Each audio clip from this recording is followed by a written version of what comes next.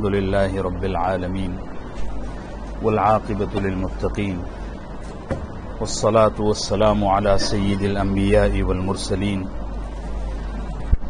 سيدنا وحبيبنا وقدوتنا وإمام العالمين وعلى آله وصحبه وعلماء أمته وأهل بيته أجمعين إلى يوم الدين.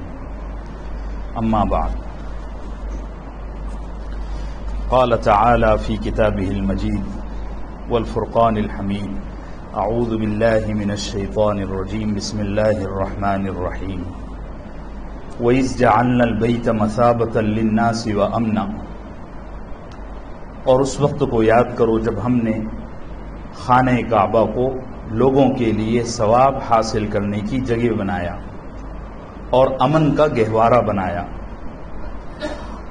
وَاتَّخِذُوا مِن مَقَامِ إِبْرَاهِيمَ مُصَلًّى، اور اے لوگو تم مقام ابراہیم کو نماز پڑھنے کی جگہ بناؤ. وَعَهِدْنَا إِلَىٰ إِبْرَاهِيمَ وَإِسْمَاعِيلَ أَن طَهِّرَا بَيْتِيَ لِلطَّائِفِينَ وَالْعَاكِفِينَ وَالرُّكَّعِ السُّجُودِ، اور ہم نے حکم دیا ابراہیم کو اور اسماعیل کو علیہم السلام اس بات کا کہ تم دونوں پاک رکھو گے میرے گھر کو طواف کرنے والوں کے لیے، قیام کرنے والوں کے لیے، رکوع کرنے والوں کے لیے، سجدہ کرنے والوں کے لیے. صدق اللہ العظیم. میرے محترم بھائیوں، بزرگوں اور دوستوں، اللہ کا فضل ہے سیرت ابراہیم مکمل بیان کی جا چکی. اب یہاں سے حضرت سیدنا ابراہیم علیہ الصلاۃ والسلام سے اللہ جل جلالہ نے دین کے کیا کیا کام اور کیا کیا خدمات لی ہیں ان کا ذکر شروع ہے. ویسے تو اس کا اور بھی تفصیل کے ساتھ مختلف مقامات پر ذکر آئے گا، لیکن یہاں بیت اللہ کی تاریخ کو اور بیت اللہ کے بنائے جانے کے مقصد کو بیان کیا گیا ہے. تو گزشتہ 2-3 ہفتوں میں خانہ کعبہ کی پوری تاریخ اور پوری ہسٹری آپ کے سامنے عرض کی جا چکی ہے. اللہ رب العزت سے دعا ہے کہ ہمارے دل میں اللہ خانہ کعبہ کی عظمت کو پیدا فرمائے. جیسا کہ میں عرض کر چکا ہوں کہ یہ خانہ کعبہ جب سے دنیا بنی ہے اس سے پہلے سے موجود ہے، اور ہمارے سامنے اس وقت جو خانہ کعبہ ہے یہ 11ویں دفعہ بنا ہوا، تعمیر کیا ہوا خانہ کعبہ ہے. 10 دفعہ کس طرح بنایا گیا، کیا کیا تقاضے پیش آئے، کیا کیا حالات آئے، کس کس نے بنایا، یہ ساری تفصیلات آپ کے سامنے عرض کی جا چکی. اب ایک دفعہ بچ گیا ہے. 10ویں دفعہ حجاج ابن یوسف ثقفی نے خانہ کعبہ کو تعمیر کیا، اور آپ کو میں بتا چکا ہوں کہ 10ویں دفعہ بنانے کا مقصد ایک پولیٹیکل ایشو تھا. حجاج ابن یوسف ایک بڑا سفاک اور ظالم اور بد دماغ قسم کا آدمی تھا. اس کو صحابی رسول حضرت سیدنا عبداللہ ابن زبیر رضی اللہ عنہ سے بڑی تکلیف تھی، اور حد یہاں تک ہو گئی کہ اسی نے حضرت سیدنا عبداللہ ابن زبیر کو، جو اللہ کے نبی صلی اللہ علیہ وسلم کے بھانجے تھے، یعنی امی عائشہ کی جو بہن ہیں حضرت اسما، عبداللہ ابن زبیر ان کے بیٹے ہیں. تو حضرت عبداللہ ابن زبیر رضی اللہ عنہ نے آخری دفعہ خانہ کعبہ کو تعمیر کیا، اور عبداللہ ابن زبیر کی بنائی ہوئی جو تعمیر تھی یہ بالکل حضرت ابراہیم کے بنائے ہوئے نقشے کے مطابق تھی. لیکن اس کے بعد اختلافات ہوئے، اور آپ سب جانتے ہیں کہ جب کسی معاملے میں سیاست انٹر ہو جاتی ہے، پولیٹک، تو بڑے مسائل کھڑے ہو جاتے ہیں. بہرحال حجاج ابن یوسف نے عبداللہ ابن زبیر سے سیاسی اختلافات کی بنیاد پر یہ فیصلہ کیا کہ کسی طرح خانہ کعبہ کو ڈھا دیا جائے، شہید کر دیا جائے، اور اس کی جگہ پرانے نقشے کے مطابق خانہ کعبہ تعمیر کیا جائے۔ اس کام کے لیے اس نے اس وقت کا جو خلیفہ تھا مروان ابن عبد الملک اس کو ورغلایا، اور ظاہر سی بات ہے بڑے لوگ عام طور سے کان کے کچے ہوتے ہیں۔ بعض دفعہ یہ بھی ہوتا ہے کہ بڑے لوگوں کے پاس کسی مسئلے کی تحقیق کے لیے وقت نہیں ہوتا، تو جو ان کے اسسٹنٹ اور جو ان کے چاپلوس ہوتے ہیں وہ ان کی بات کو سن کر فیصلہ کر دیتے ہیں۔ مروان نے بغیر آؤ دیکھے اور تاؤ دیکھے یہ فیصلہ کیا کہ بھئی یہ جو خانہ کعبہ عبداللہ ابن زبیر نے بنایا تھا اس کو شہید کر کے ڈبل سے پرانی طرز کے مطابق تعمیر کھڑی کی جائے۔ یہ موقع حجاج ابن یوسف کے لیے بڑا غنیمت کا تھا۔ اس نے حضرت عبداللہ ابن زبیر رضی اللہ عنہ کے بنائے ہوئے خانہ کعبہ کو شہید کیا، اور پھر قریش مکہ کی جو تعمیر تھی جو اللہ کے نبی صلی اللہ علیہ وسلم کو پسند نہیں تھی اس کے مطابق خانہ کعبہ تعمیر کیا، اور اب تک وہی ترتیب چلی آ رہی ہے۔ بہرحال حجاج ابن یوسف ثقفی یہ آخری آدمی ہے جس نے خانہ کعبہ کو نئے سرے سے تعمیر کیا۔ اس کے 200 یا 250 سال کے بعد خلیفہ ہارون رشید کا دور شروع ہوا۔ آپ سب کو معلوم ہے کہ خلیفہ ہارون رشید ایک بہترین آدمی تھا، بنو عباس کا یہ خلیفہ تھا، اور اللہ نے اس سے دین کے بڑے بڑے کام لیے ہیں۔ پورا گھرانہ علماء اور مشائخ اور بزرگوں کی خدمت کے لیے ہر وقت تیار رہتا تھا۔ تو اس کو یہ حدیث معلوم پڑی کہ اللہ کے نبی کی چاہت تھی کہ خانہ کعبہ حضرت ابراہیم کے بنائے ہوئے نقشے کے مطابق بنایا جائے۔ تو ہارون رشید کہنے لگا کہ جب حدیث میں ہے تو حدیث کے مطابق ہی خانہ کعبہ کو تعمیر کیا جانا چاہیے۔ لیکن اس نے فیصلہ پر عمل کرنے سے پہلے اور فیصلے کو لاگو کرنے سے پہلے سیدنا امام مالک رحمت اللہ علیہ سے فتویٰ پوچھا۔ حالانکہ حدیث موجود تھی، لیکن اس زمانے کے جو عام لوگ تھے وہ ذرا دین کی سمجھ رکھتے تھے۔ اگر وہ چاہتا تو سیدھے حدیث پر عمل کرتا، لیکن اس نے اس زمانے میں جو امام مجتہد تھے امام مالک ان سے فتویٰ لیا۔ امام مالک رحمت اللہ علیہ نے فرمایا کہ دیکھو، اگر آپ خانہ کعبہ کو شہید کر دو گے اور حضرت ابراہیم کی تعمیر کے مطابق تعمیر کرو گے تو یہ کام بہت اچھا ہے، لیکن مسئلہ یہ ہے کہ آپ ایک سیاسی آدمی ہو، اور بعد میں یہ چیز کھڑی ہوگی کہ آپ کے بعد ممکن ہے کوئی آپ کا مخالف آئے، کیونکہ سیاست میں ہوتا ہی ہے، ایک کے بعد ایک مخالفتیں چلتی ہے سلسلہ۔ تو ہوگا یہ کہ جو آپ کے بعد آپ کا مخالف آئے گا وہ آپ کی بنائی ہوئی یادگار کو شہید کر دے گا اور پھر اپنی مرضی کے مطابق نئے سرے سے خانہ کعبہ تعمیر کرے گا، اور یہ پھر ایک خانہ کعبہ کا عظمت کا پہلو ختم ہو جائے گا اور خانہ کعبہ کی تعمیر ایک پولیٹیکل ایشو بن جائے گا۔ امام مالک نے فتوے میں ساری تفصیلات لکھی اور فرمایا کہ اب بہتر یہ ہے کہ خانہ کعبہ کو اپنی حالت پر چھوڑ دیا جائے، اب اس کو چھیڑا نہ جائے۔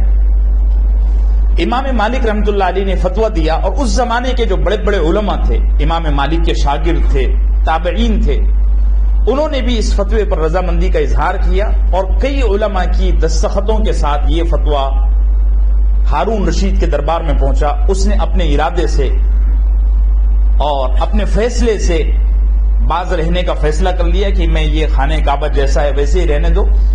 لمبے زمانے تک، یہ تقریباً میں عرض کر رہا ہوں سن 74 ہجری میں حجاج ابن یوسف نے بیت اللہ کو تعمیر کیا تھا، اس کے 966 سال کے بعد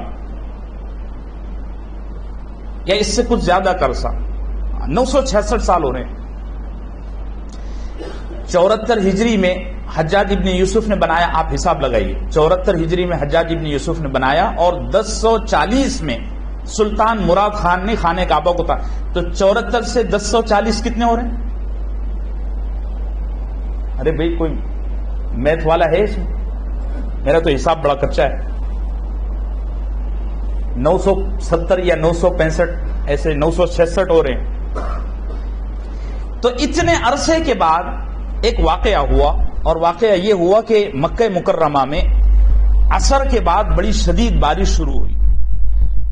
عصر کی نماز پڑھ کر لوگ نکلے اور بارش شروع ہوئی. اس زمانے کے جو بزرگان دین ہیں انہوں نے اپنی کتابوں میں لکھا ہے کہ بارش کی رنگت بہت عجیب تھی. عام طور سے ہمارے یہاں یہ ہوتا ہے کہ بارش جب ہوتی ہے نا تو یا تو بارش پانی کا برستا ہے یا اولے پڑتے ہیں. دونوں چیزیں ایک ساتھ نہیں ہوتی.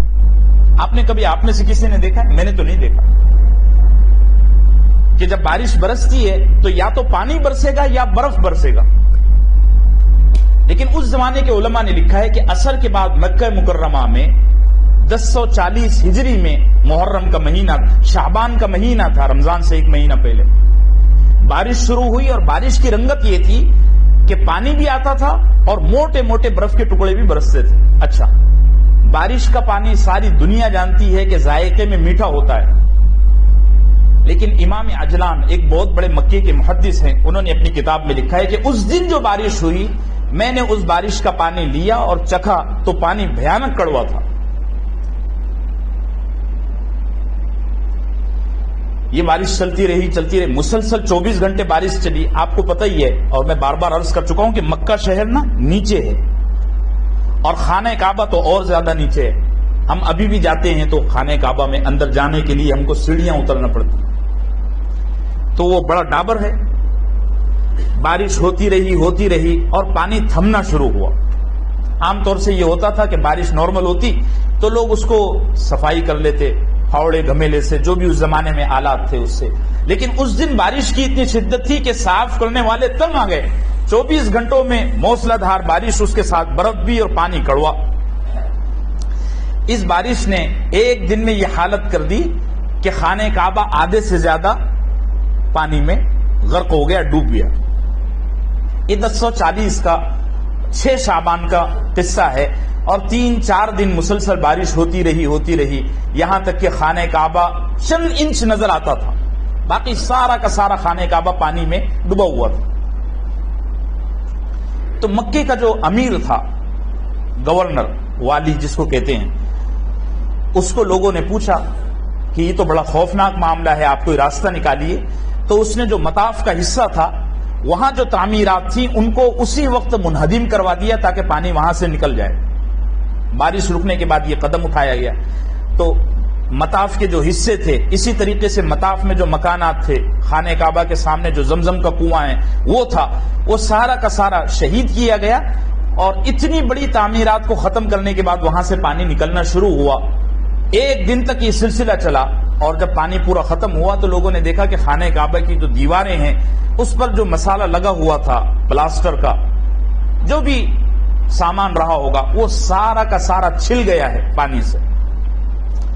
اور خانہ کعبہ کے پتھروں کا یہ حال ہے کہ اس کو ایسا ذرا کوئی دھکا دے رہا ہے تو اپنی جگہ سے ہل رہے ہیں. تو لوگوں کو خطرہ ہوا، لیکن لوگوں نے کچھ فیصلہ نہیں کیا اور طواف جاری رہا. چونکہ رمضان کا مہینہ قریب تھا، لوگوں نے کچھ کہا نہیں.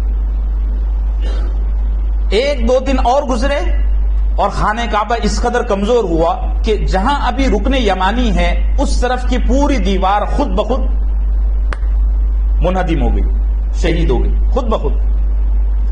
پھر اس کے بعد جہاں حجر اسود ابھی لگا ہوا ہے وہ حصہ حجر اسود تک اور بعض روایتوں میں کندھے تک وہ حصہ بھی خود بخود گر گیا. اب اتنے سارے حصے گر گئے نا تو جو چھت تھی وہ پوری کی پوری ایک طرف جھک گئی. امیر مکہ کو لوگوں نے میسج پہنچایا، پیغام پہنچایا کہ آپ تشریف لائیے، صورتحال سنگین ہوتی جا رہی ہے، آپ کچھ کیجیے. تو امیر مکہ تو شہر میں موجود تھا، اس نے بڑے بڑے علماء اور مشائخین سے فیصلہ طلب کیا کہ کیا کیا جائے. وہاں اس وقت جو انجینئر حضرات تھے انہوں نے کہا کہ اب کوئی چارہ بچا نہیں ہے کہ ہم خانہ کعبہ کو نئے سرے سے تعمیر کریں اس کے سوا. اور یہ 1040 میں یہ فیصلہ ہوا اور 6.5 مہینے میں خانہ کعبہ کو نئے سرے سے تعمیر کیا گیا. میں نے کتابوں میں بہت تلاش کیا. یہ بڑی عجیب بات ہے کہ سلطان مراد خان کو حالانکہ ایک موقع ملا تھا، اگر وہ چاہتا تو خانہ کعبہ کو حضرت ابراہیم کے نقشے کے مطابق بنا سکتا تھا، لیکن پتہ نہیں اس کو کس نے یہ مشورہ دیا، کون علماء کون مشائخین اس کے آڑ میں آئے. یہ اللہ کی طرف سے کوئی ایسا نظام بنا کہ اللہ نے پسند نہیں کیا اور اس وقت لوگوں کے دلوں پر یہ حال نہیں کھلا. آنن فانن سلطان مراد خان نے یہ فیصلہ دیا، جس کو سلطان السلاطین کہا جاتا تھا، جس کی رہائش مصر میں تھی، اس نے فیصلہ دیا کہ جو خانہ کعبہ کا حصہ بہت زیادہ کمزور ہو چکا ہے اس کو شہید کر دیا جائے، اور جو دیواریں گر چکی ہیں ان کو نئے سرے سے تعمیر کیا جائے، اور جو دیواریں نہیں گری ہیں اور مضبوط حالت میں ہیں ان کو اپنی حالت پر باقی رہنے دیا جائے۔ اور تعمیر کا جو خرچہ ہے اس خرچے کی یہ ترتیب بنائی کہ تقریباً 600-650 درہم اپنے پاس سے بھیجے جو حلال کے تھے، کسب حلال،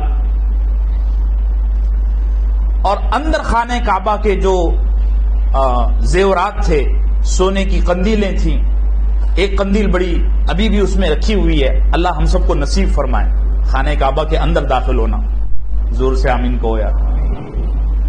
خانہ کعبہ کے اندر داخل ہونے کی بڑی فضیلتیں ہیں، اگر کسی کو میسر ہوتا ہے تو بہت بڑی سعادت مندی ہے۔ اب تو وہ دروازہ بالکل بند ہو گیا ہے، چند لوگوں کے لیے کھولا جاتا ہے، بادشاہوں کے لیے، اور ملک فہد نے اپنے زمانے میں فیصلہ کیا تھا کہ وہ ہر سال دنیا کے 15 علماء کو، مشائخین کو، یا ایسے لوگوں کو جو دین اسلام کی اپنے جگہ پر رہ کر خدمت کر رہے ہیں دعوت کے اعتبار سے، قرآنی خدمات کے اعتبار سے، ان کو وہ اندر آنے کی اجازت دیتے تھے۔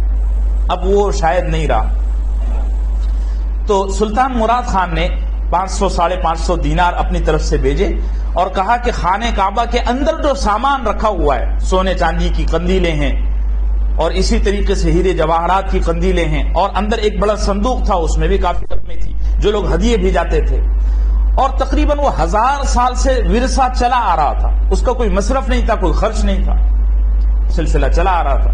اس نے فیصلہ دیا کہ میرے پاس اس وقت بیت المال میں اتنا ہی کورا پیسہ ہے، باقی پیسے کے بارے میں گارنٹی نہیں لیتا کہ یہ حلال کا ہے یا حرام کا ہے، اس لیے جو چیزیں خانہ کعبہ میں بزرگوں سے ہوتی چلی آ رہی ہے صحابہ کے دور سے، آپ اسی کو بیچ کر اس کا جو پیسہ ہے اسی کو خانہ کعبہ پر لگائیں۔ چنانچہ اندر جو سامان تھا قیمتی، اور اللہ کے نبی صلی اللہ علیہ وسلم کا یہ فرمان ہے، آپ نے فرمایا کہ اللہ ایک وقت میں خانہ کعبہ کو اتنی عظمت دے گا کہ اس کے صدقے میں پورا عرب کھائے گا۔ اور ایک اور حدیث ہے، آپ نے فرمایا کہ اللہ نے خانہ کعبہ کے نیچے ایسے خزانے رکھے ہیں کہ قرب قیامت میں ان خزانوں کو پانے کے لیے لوگ جنگیں کریں گے، اللہ ہم سب کو اس زمانے سے محفوظ رکھے۔ تو یہ آخری دفعہ 1040 ہجری میں، ابھی 1445 چل رہا ہے، تو تقریباً 400-450 سال، یا میرا خیال ہے 500 سال بیت چکے ہیں، اور سلطان مراد خان کا جو بنایا ہوا خانہ کعبہ ہے یہی ہے۔ اچھا، اس خانہ کعبہ میں جو مٹیریل تھا یہ وہی تھا جو عبداللہ ابن زبیر نے استعمال کیا تھا۔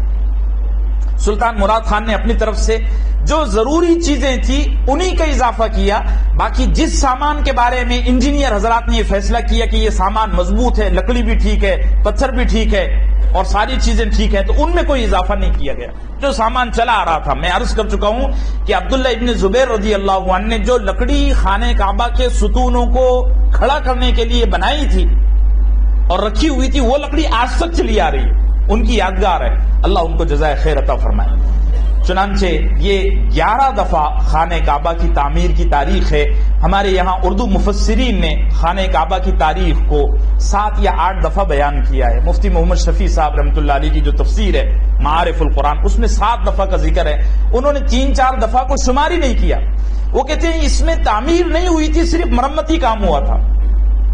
بہرحال ان کی اپنی ایک رائے ہے، لیکن عام مورخین نے 11 دفعہ خانہ کعبہ کی تعمیر کو شمار کیا ہے۔ میں نے ساری تفصیلات آپ کے سامنے عرض کر دی۔ اب یہ خانہ کعبہ میں مرمت کا کام بہت دفعہ ہوا ہے، اور یہ چیز اچھے سے ذہن نشین فرما لیجئے کہ خانہ کعبہ کے سلسلے میں اب یہ علماء کا فیصلہ ہے اور امت کا اس پر اجماع ہے کہ اب خانہ کعبہ جب تک پوری طرح شہید نہیں ہوگا، منہدم نہیں ہوگا، خود بخود یہ حالات نہیں بنیں گے، تب تک خانہ کعبہ کو بالکل نہ چھیڑا جائے، اپنی حالت پر رکھا جائے۔ کم سے کم اس معاملے پر ابھی پوری امت متفق ہے۔ ابھی 2016 میں یا 2015 میں آپ کو پتا ہوگا ایک کرین حج کے زمانے میں وہ اللہ نے بال بال بچایا، ورنہ ہم کو بھی اللہ کوئی عجوبہ دیکھنے کا موقع نصیب فرماتے۔ کہتے ہیں کہ جو لوگ وہاں موجود تھے حرم میں، کرین جب گری تو انہوں نے مجھ سے خود کہا کہ کرین جب گری تو چند میٹر کے فاصلے پر ہی رہ گیا تھا معاملہ، ورنہ وہ کرین کا جو پہیہ تھا اور وہ جو اس کے ٹاور ہوتے ہیں، وہ اگر بیت اللہ پر گر گئی ہوتی تو پورا بیت اللہ شہید ہو جاتا، لیکن وہ نہیں ہو سکا۔ خیر اللہ کا فیصلہ ہے، اور ہونا یہ چاہیے کہ عقل یہ کہتی ہے کہ وہ جو کرین گری ہے وہ خانہ کعبہ پر ہی گرتی، لیکن اللہ نے کچھ ایسا نظام بنایا کہ وہ خانہ کعبہ تک نہیں پہنچ سکی اور خانہ کعبہ صحیح سالم رہا، محفوظ رہا۔ میں یہ عرض کر رہا تھا کہ 11ویں دفعہ خانہ کعبہ کی تعمیر ہوئی اور یہ آخری موقع تھا۔ اس کے بعد مرمتی کام کئی حصوں میں مورخین نے لکھا ہے، ساری تفصیلات میں عرض نہیں کرتا۔ ابھی جو 50 یا 100 سال میں یہ جو سعودی حکومت آئی ہے، ان کی طرف سے مرمتی کام جو ہوا ہے اس کی میں تاریخ آپ سے 10-5 منٹ میں عرض کر دیتا ہوں۔ سب سے پہلے خانہ کعبہ میں جو مرمت ہوئی ہے ابھی ان 100 سالوں میں یا ان 50 سالوں میں، اس میں سب سے پہلے معاملہ ہے سلطان عبدالعزیز کا۔ یہ جو سعودی خاندان ہے، ابھی شاہ سلمان ہے، اس سے پہلے شاہ عبداللہ، اس سے پہلے شاہ فہد، اس سے پہلے شاہ خالد، اور اس سے پہلے شاہ سعود، اور اس سے پہلے ملک عبدالعزیز،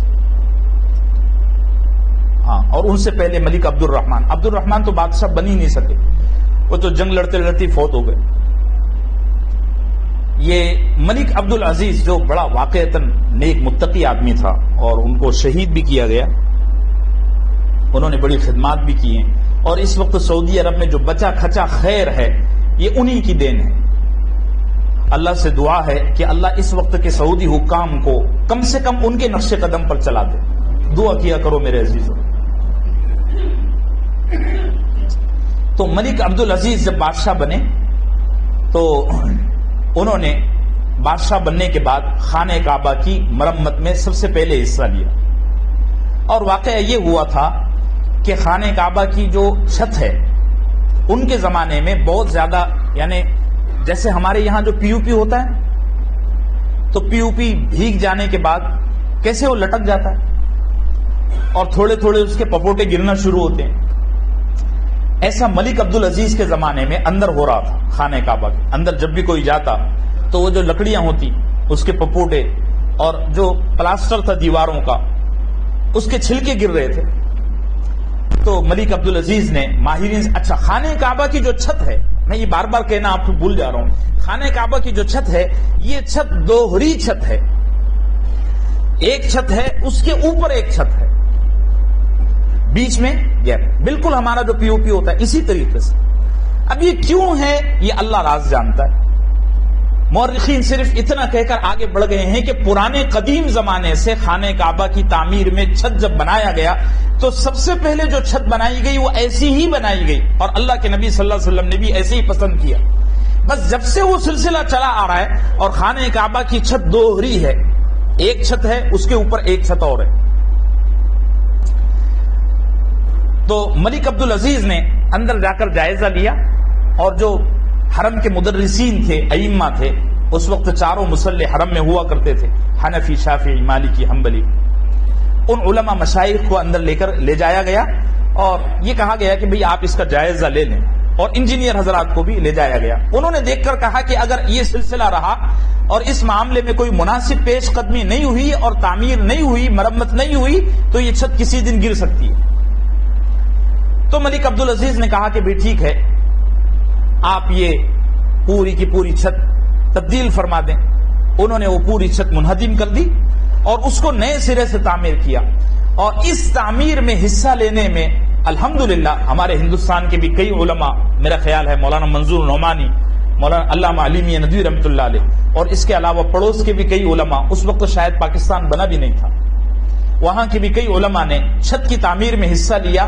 اور جب چھت کی تعمیر چل رہی تھی، علماء نے کہا کہ طواف کرنے والے حضرات الحمدللہ الحمدللہ کا ورد کریں،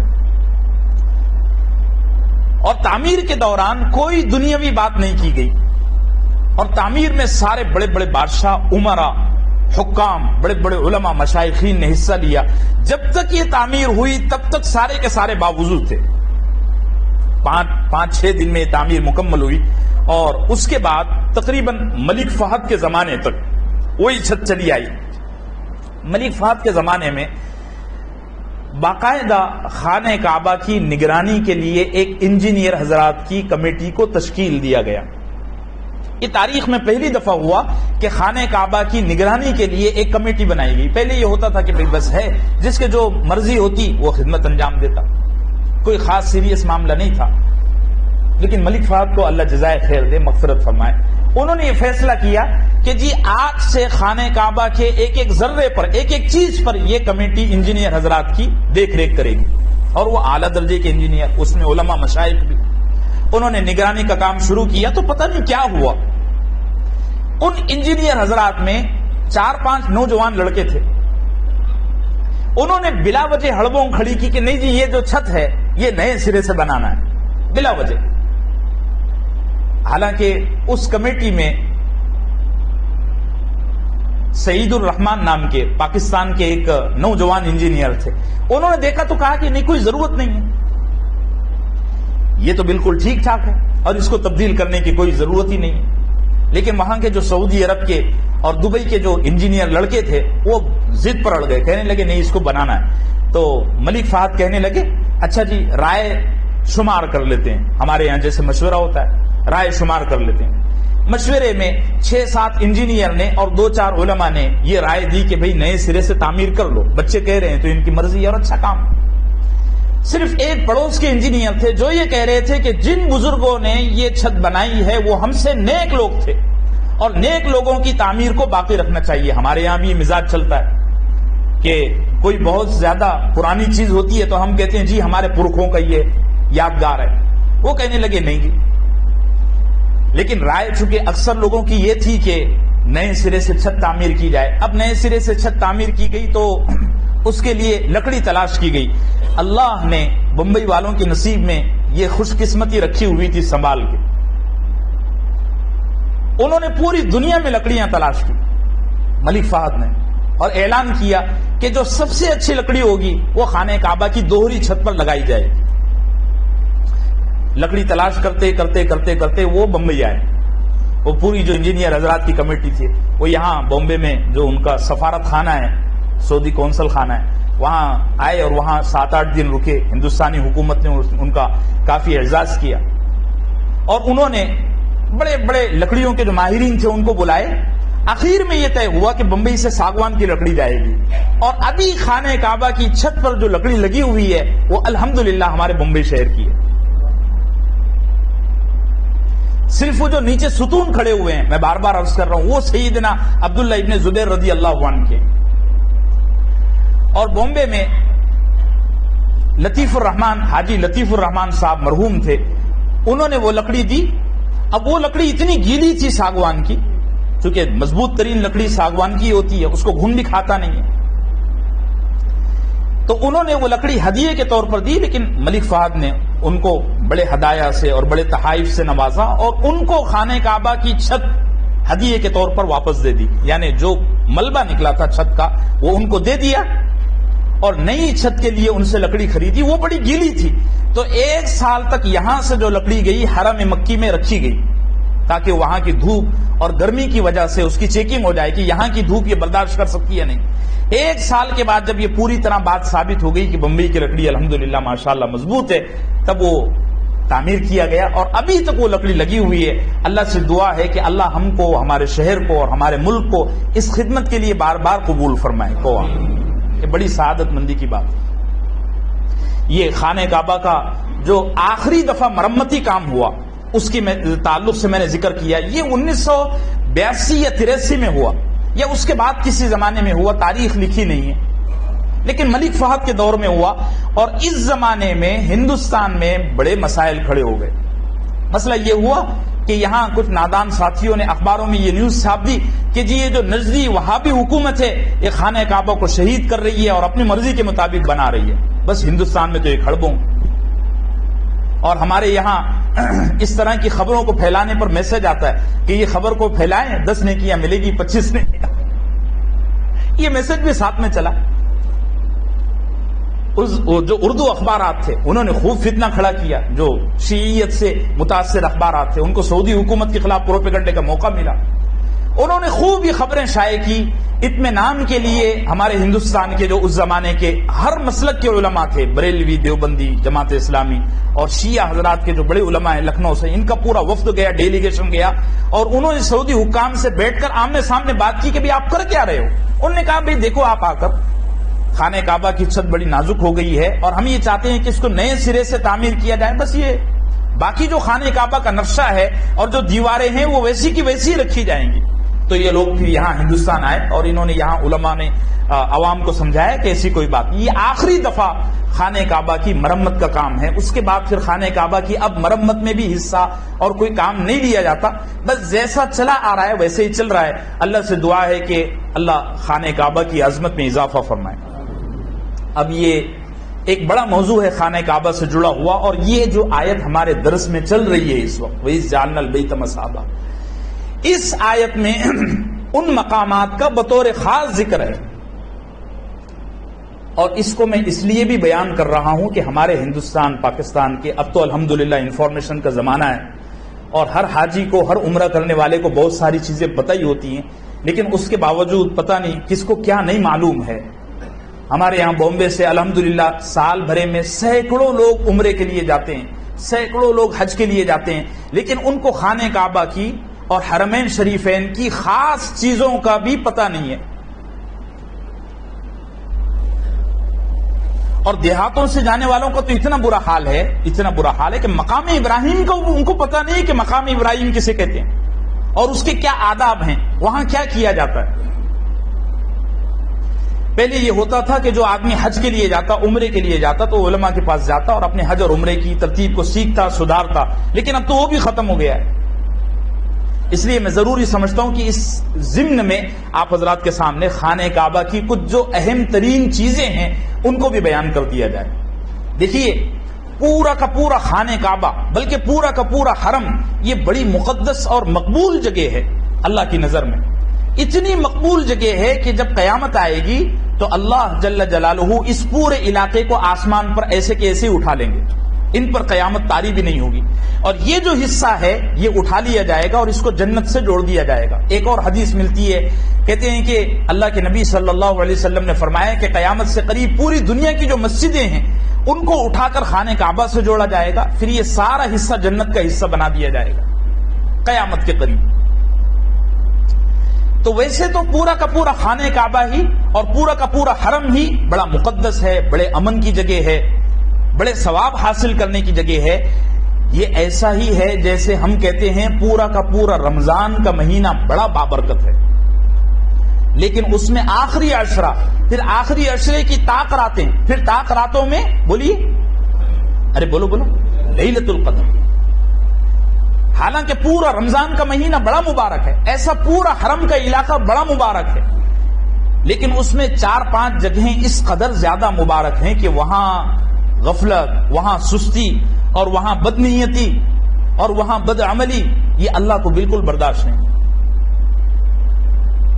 اس لیے میں ضروری سمجھتا ہوں کہ 5-10 منٹ کی آپ کے سامنے کچھ چیزیں عرض کر دوں. دیکھیے خانہ کعبہ میں ایک جگہ ہے جو میں اس کو پہلے نمبر پر بیان کر رہا ہوں، جو خانہ کعبہ کا مغز ہے. کیا ہے؟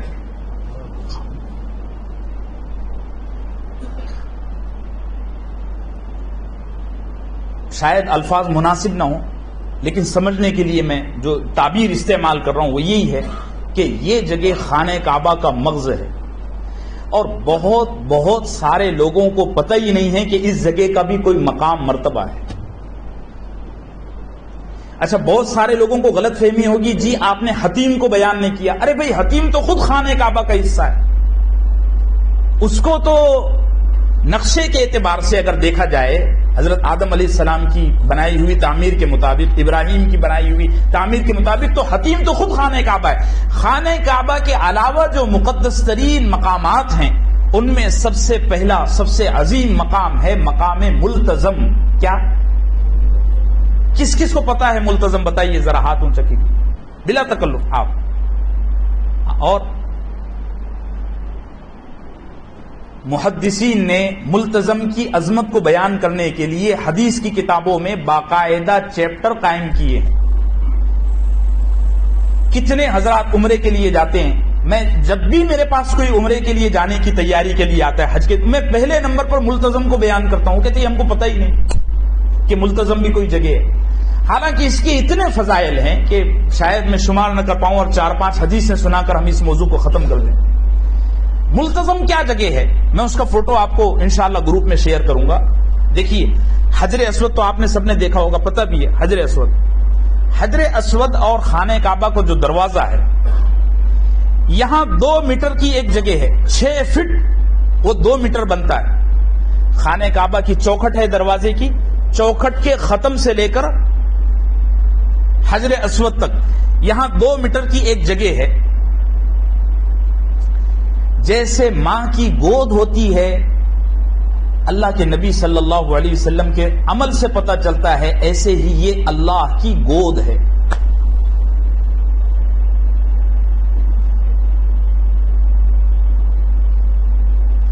اور جامع اللطیف کی ایک حدیث ہے، بڑی پیاری حدیث ہے. دیکھو میں عام طور سے یہ کہتے رہتا ہوں، اور کتابوں میں بھی لکھا ہے کہ اللہ کو آزماؤ مت.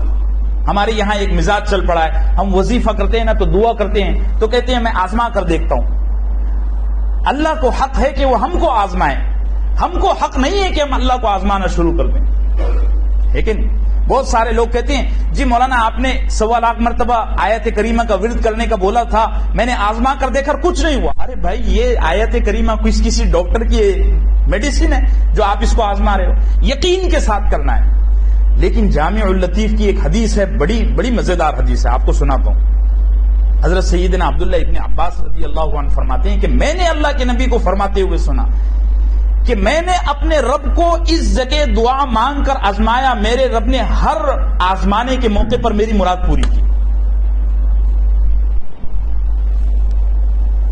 جگہ سمجھ میں آ گئی نا؟ خانہ کعبہ کا جو دروازہ ہے، اس دروازے کے ختم سے لے کر حجر اسود تک 2 میٹر کی ایک جگہ ہے. 6 فٹ وہ بنتا ہے 2 میٹر. بعض علماء نے لکھا ہے کہ خانہ کعبہ کی چوکھٹ کے شروع سے حجر اسود تک اگر اس کو بھی ملا لیا جائے تو وہ پھر 10 فٹ بن جائے گا، یعنی 3.25 یا 3 میٹر کے قریب، اتنا بڑا وہ بن جائے گا. لیکن اس کو اگر نہیں مانتے، اور اکثر علماء کی یہی رائے ہے اور اسی پر فتویٰ ہے، اور اللہ کے نبی کے عمل سے بھی یہی چیز ثابت ہے کہ خانہ کعبہ کے دروازے کی جو چوکھٹ ختم ہو رہی ہے وہاں سے لے کر حجر اسود تک، اس کو ملتزم کہا جاتا ہے. میم لام تا زے اور میم. ملتزم کے معنی آتے ہیں چمٹنے کی جگہ.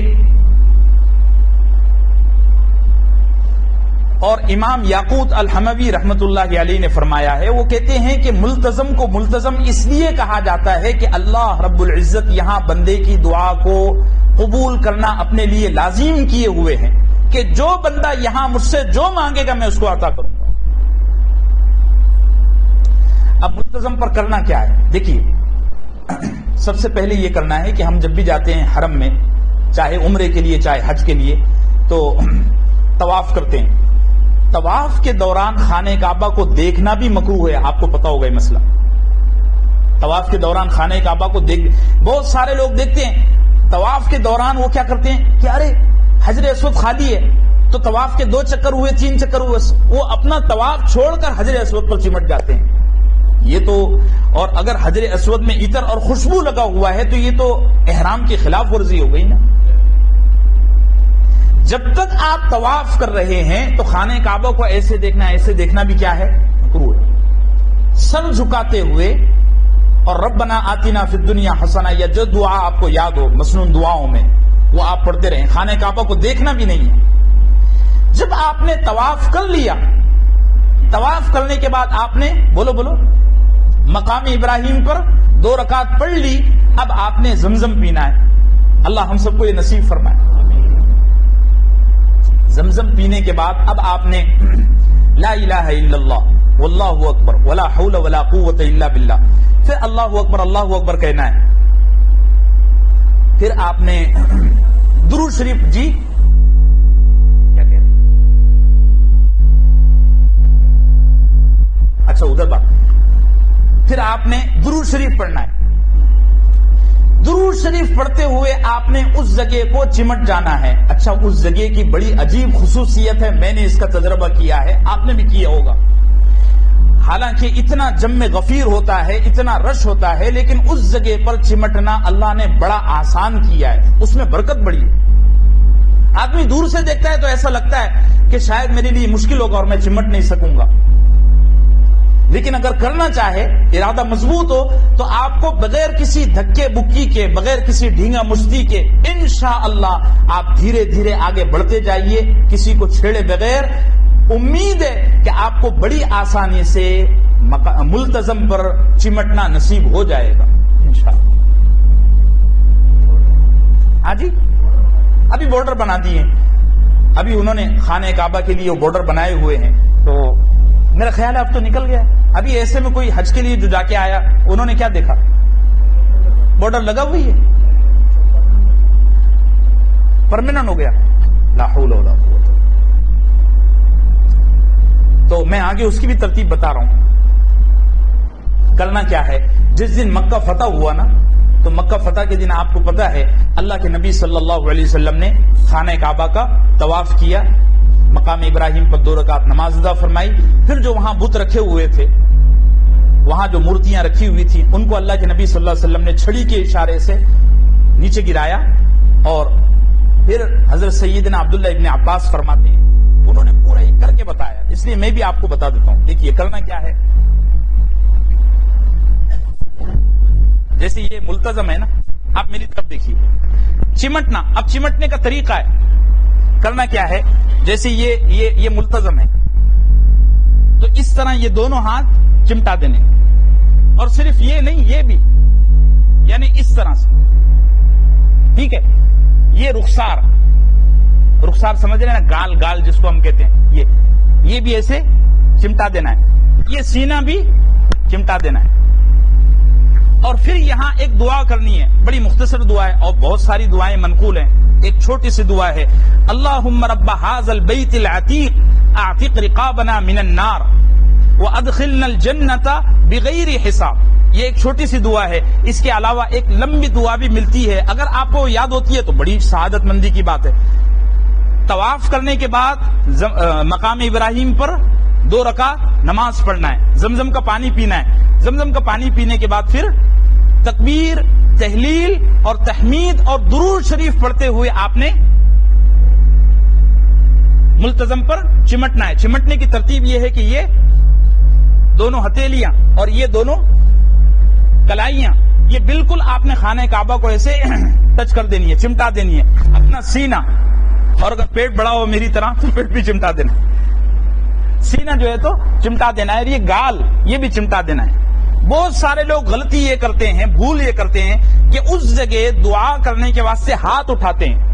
اگر رش نہیں ہے اور آپ کو موقع مل رہا ہے تو وہ بھی صحیح ہے, لیکن اگر رش ہے, آپ کے پیچھے حبشی کھڑے ہوئے ہیں, دوسرے ممالک کے لوگ کھڑے ہوئے ہیں جو بڑے مضبوط ہیں, اور آپ وہاں ہاتھ اٹھا کر دعا کر رہے ہیں, تو یہ خلاف ادب ہے. ایسے موقع پر آپ نے یہ کرنا ہے کہ جیسے آپ کا بدن چمٹا ہوا ہے, اسی حالت میں آپ نے اللہ سے مانگنا ہے دعائیں. حضرت سیدنا امیر معاویہ, نقشہ سمجھ میں آ گیا نا کیسے سب کرنا ہے, میں انشاءاللہ اس کی فوٹو بھی آپ کو بھیج دوں گا. حضرت سیدنا امیر معاویہ رضی اللہ عنہ فرماتے ہیں کہ جس آدمی نے اس طریقے کے مطابق ملتزم پر اللہ سے اپنی مغفرت کی دعا کی, وہ ایسے مغفور ہو جاتا ہے جیسے آج ہی اس کی ماں نے اس کو پیدا کیا ہو. اللہ ہم سب کو نصیب فرمائے. اور یہ جو نقشہ میں نے آپ کو کر کے بتایا, یہ جو عمل کر کے بتایا, اس کے تعلق سے حضرت سیدنا عبداللہ ابن عباس رضی اللہ عنہ سے مروی ہے, سنن ابو داؤد میں اور سنن ابن ماجہ میں حدیث ہے کہ سیدنا عبداللہ ابن عباس نے یہ کر کے بتایا. لوگوں نے ان سے پوچھا کہ آپ ایسا کیوں کر رہے ہو, تو فرمانے لگے میں نے اپنے آقا مدنی کریم صلی اللہ علیہ وسلم کو ایسا کرتے ہوئے دیکھا ہے. اسی طریقے سے ابن عباس رضی اللہ عنہ سے ہی ایک روایت ہے, انہوں نے فرمایا کہ اللہ کے نبی نے فرمایا, اللہ کی قسم میں نے اپنے رب کو آزمایا, کہ جب بھی اس جگہ میں نے چمٹ کر اللہ سے کچھ مانگا اللہ نے مجھے وہ ضرور عطا کیا. مانگو گے بھائی انشاءاللہ.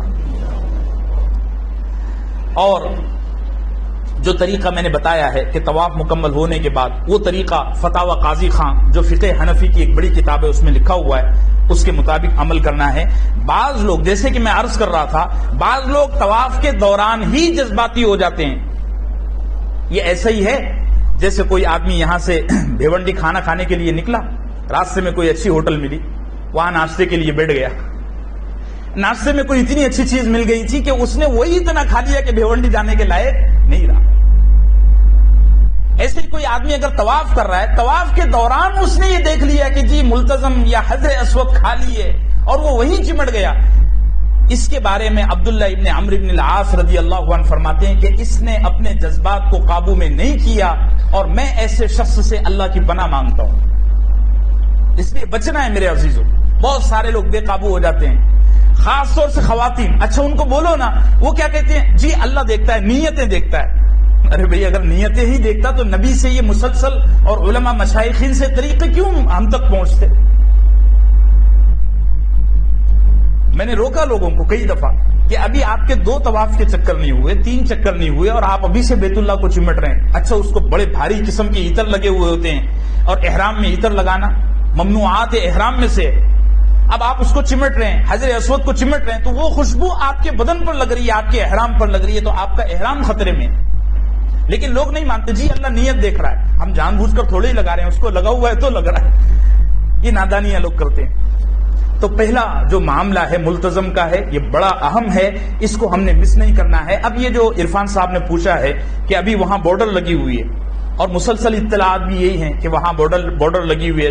مجھے امید تھی کہ شاید حج کے زمانے میں کھل گیا ہو لیکن نہیں ہوا, اور آپ حضرات کہہ رہے ہیں کہ اب وہ پرماننٹ ہو گیا ہے, تو یہ نہایت افسوس کی بات ہے. اس تعلق سے علماء نے لکھا ہے کہ اگر ملتزم پر, اگر حجر اسود پر, اگر رکن یمانی پر چمٹنا اور چومنا نصیب نہیں ہوتا تو آپ ان تمام چیزوں کا دور سے استعلام کر سکتے ہیں.